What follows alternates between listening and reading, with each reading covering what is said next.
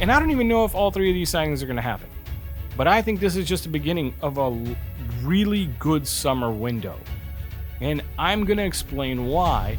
We're going to talk a little bit more, and then I'm going to come back to why I think all of this is going to become the biggest summer that we've had in a very long time. If you hire an outside agency, that means every time they bring you $1, they get a cut. So I don't think that Marcus's brother is hiring an outside agency to handle his brother's dealings because he's trying to get a new shoe deal. Well, maybe we're not signing him to actually start for Manchester United. Maybe for Manchester United, we do only sign 4 players, but we sign a couple more under the Manchester United umbrella that we then loan out to Nice, or Nice sign them for a low cost, and then we buy them from Nice. Either way, this guy, and I think we are going to spend exactly what we're allowed. I think we will be spending 250 million euros, and the proof of that is the fact that we just... what's up? I just got done editing the video. I wanted to stop by and just say, man, I had a lot of energy when I made this video. So if I spook you out or if it's a little too much for you, my bad. I'm sorry about that. I just was really excited these last 2 days with Dan Ashworth coming through and Christopher Vivell. I could just imagine Dan Ashworth walking into his first conference room with a bunch of people from, Manchester United and letting them know right off the bat, there's only one rule. If you need to contact me, you call me or you come see me in person. I don't do emails. All right, enjoy the video. What's up, everybody? Welcome back to another episode. This one's going to be an exciting one. Since our last video, INEOS has pulled off some very serious business. They got Dan Ashworth in the building. The man was supposed to be on gardening leave for another 200 years unless we pay big bad Newcastle 20 million pounds to let him off gardening leave.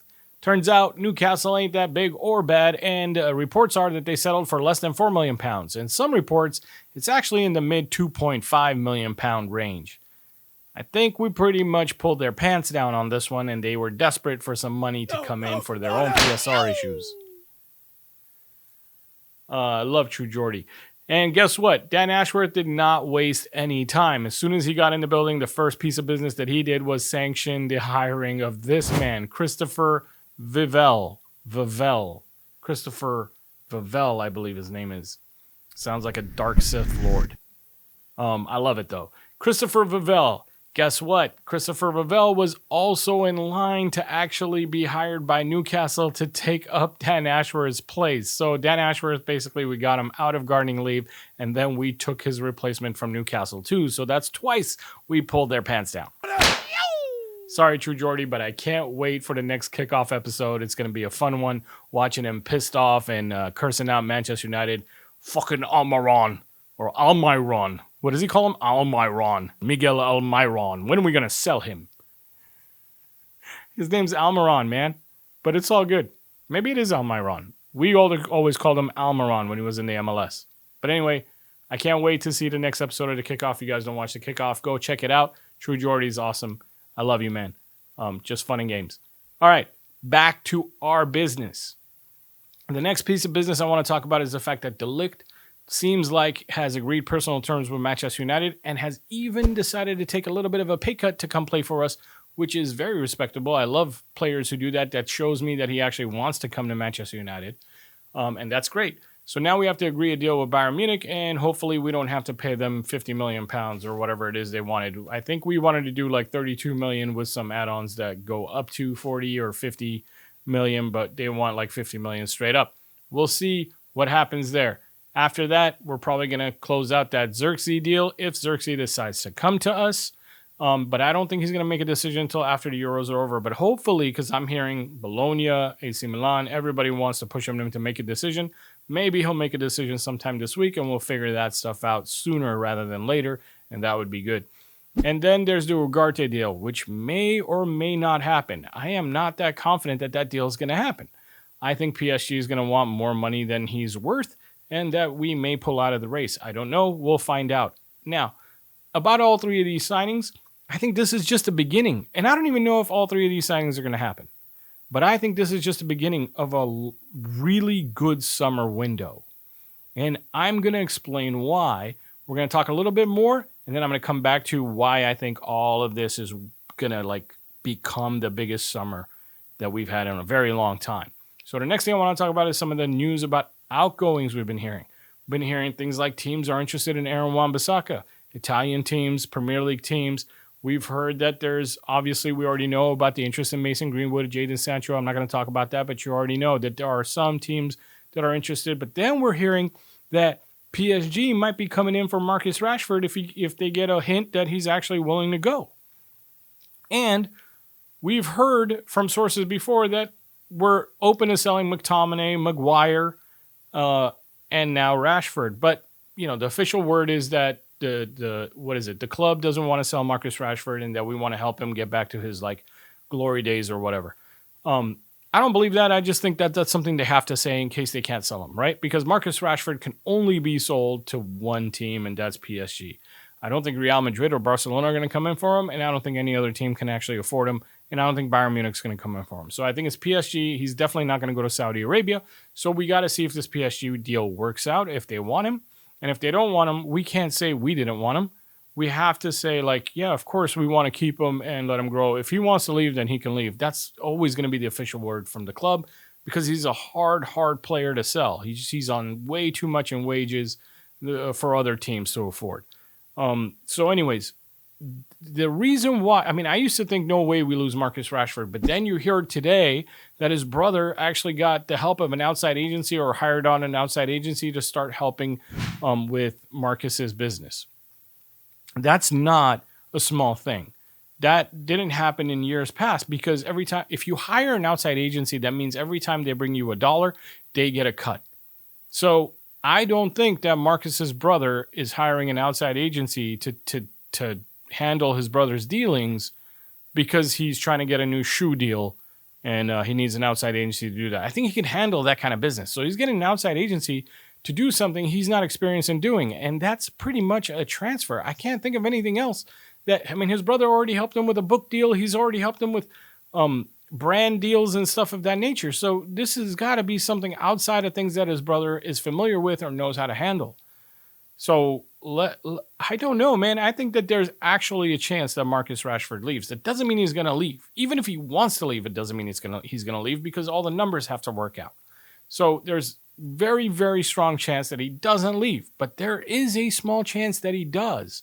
And that, in and of itself, would make this a huge summer because there's no way they're going to let Marcus Rashford leave and not bring in at least two replacements that have nothing to do with Ugarte, De Ligt, or Xerxes.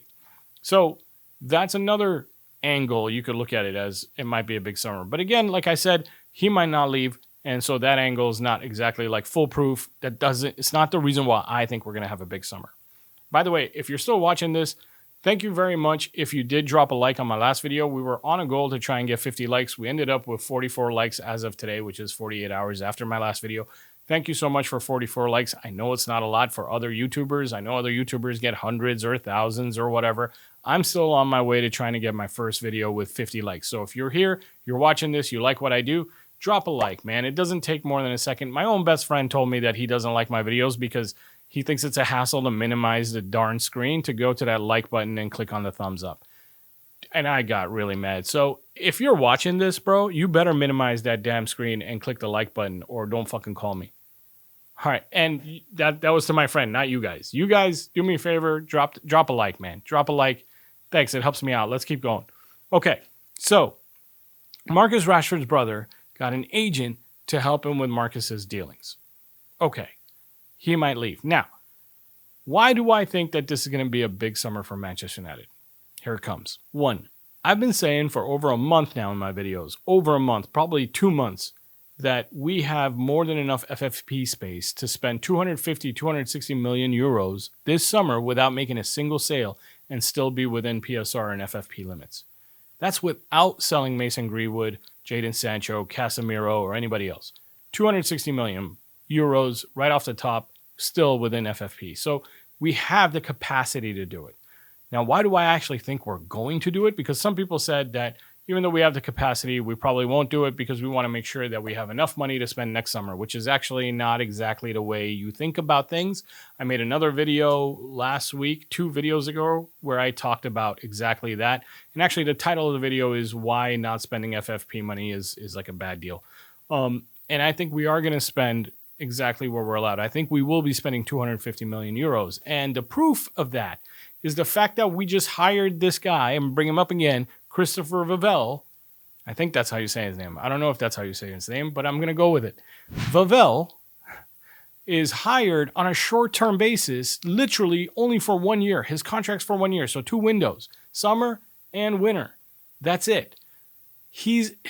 Our main window is always our summer window. I think we're still going to sign 1 or 2 people in January, so maybe we don't spend the whole 260 million right now in summer. Again, that's without sales. So once you add sales to that number might be 300 million. I don't know. Depends on how much we sell these players for. But without sales, 260 million, let's just take that number and forget about the sales.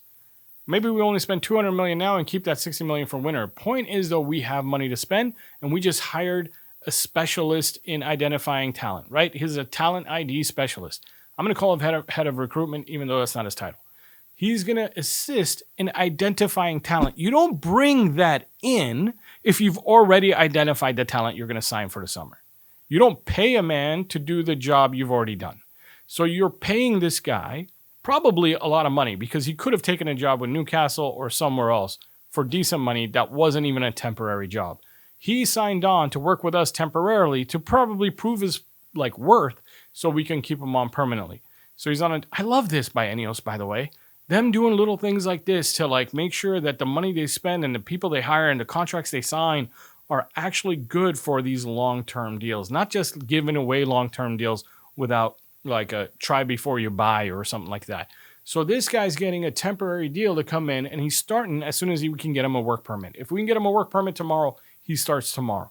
So I think this guy's coming in with ideas, right? This guy's whole job, he's been doing this for a long time, and his job is to identify talent. That's basically his job. So he's got a list. He's already got a book of names and players and with attributes, whatever we're looking for. So he's going to come in, he's going to sit down with Jason Wilcox, he's going to sit down with Dan Ashworth and probably Erik ten Hag at the same table. They're going to identify what's missing and why they're looking at.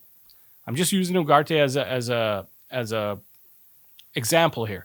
Let's say they're looking at Ugarte and they're like, well, we're not 100% convinced on Ugarte. Okay, why aren't you convinced on Ugarte? Because he lacks this or this statistically. He's probably got a Rolodex or a notebook where he opens up. He goes, great, here's 5 other names that do exactly what it is that Ugarte is missing. Some of them are more expensive and 2 of them are cheaper. Decide what you want to do. I bet it's going to go like that. And I bet you're bringing him in because maybe you are thinking about replacing your right back. I damn hell sure believe you're thinking about getting a new left back. If you're not getting a left back in before preseason starts, you are killing this manager. I don't care if you think Luke Shaw is ready to play, because he's obviously not. And I don't care if Luke Shaw says he's ready to play, because he's said that before and he wasn't. Luke Shaw, even if he is ready to play, might only play 3 games and then not be ready to play again for another 2 months or 3 months.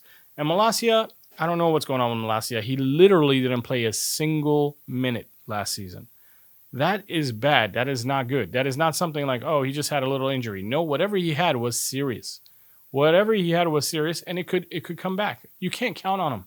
I'm not a doctor. I'm not a physio. For all I know, Malacia is ready to go for every game. But is Malacia even good enough to start every game for you? Is that who you want?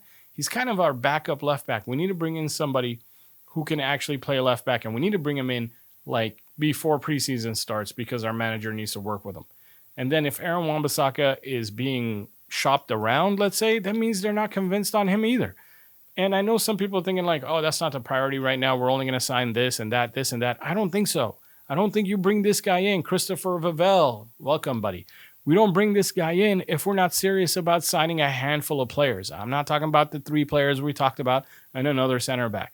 I'm talking about 2 center backs, a player at Ugarte's profile, Xerxes, a right back, a left back, and I don't know what else they're thinking about. If they're serious about selling Marcus Rashford, maybe they want to look at wingers too. If we let Pellistri go, Hannibal Mejbri go, we got so many people to sell. So we might have a lot of spots open. Maybe, just maybe, this talent ID, here's my other theory. This Christopher Vivell comes in to give us names and identify talent that are young, like 18, 19, 20, 21 years old, that we sign and we loan out to Nice, because he's also been described as a multi-club strategy specialist. Like, because he used to work at RB Leipzig and RB Salzburg. So he also worked at Chelsea. So he's kind of familiar with working within structures of multi-club ownership. So maybe, even though I'm excited that we're going to sign many people, maybe we're not signing them to actually start for Manchester United. Maybe for Manchester United, we do only sign 4 players, but we sign a couple more under the Manchester United umbrella that we then loan out to Nice, or Nice sign them for a low cost, and then we buy them from Nice. Either way, this guy, it means that we're signing a potential 6 to 8 players. I'm going to go 6 to 8 players, maybe even more. I'm going to go 6 to 8 players. And like I said, some of them might be so young that they're not going to play for us. They're going to play for Nice. That's still good news. That's still great news. It's exciting. It's exciting times. I was so skeptical about INEOS, and I am so excited to see what's going to happen this summer. I am like, now I'm on X all the time trying to see something. I can't even wait anymore. I used to wait and check X every like 4 hours, 3 hours. Now I can't. I'm checking like every hour. Between, obviously I work for a living and I work all day, every day. So at work, every time I have a little break, I'm checking X. I'm trying to figure out what else is going on. And I wasn't even going to make this video. My last video, I said I wouldn't make a video until about July 4th or 5th. Still going to try to make one around the 5th or 6th now, but I decided to drop this video because I am super excited. I hope you guys are too. If you are excited, if you're with me, if you think Christopher Vivell means we're going to sign at least 6 players and maybe even 8, drop a comment down below. Tell me you agree. I'll see you soon. And please help me up with the likes. Come on, let's click that like button if you like this video. Thank you. Thank you for being here. Thank you. And I will see you soon. Bye.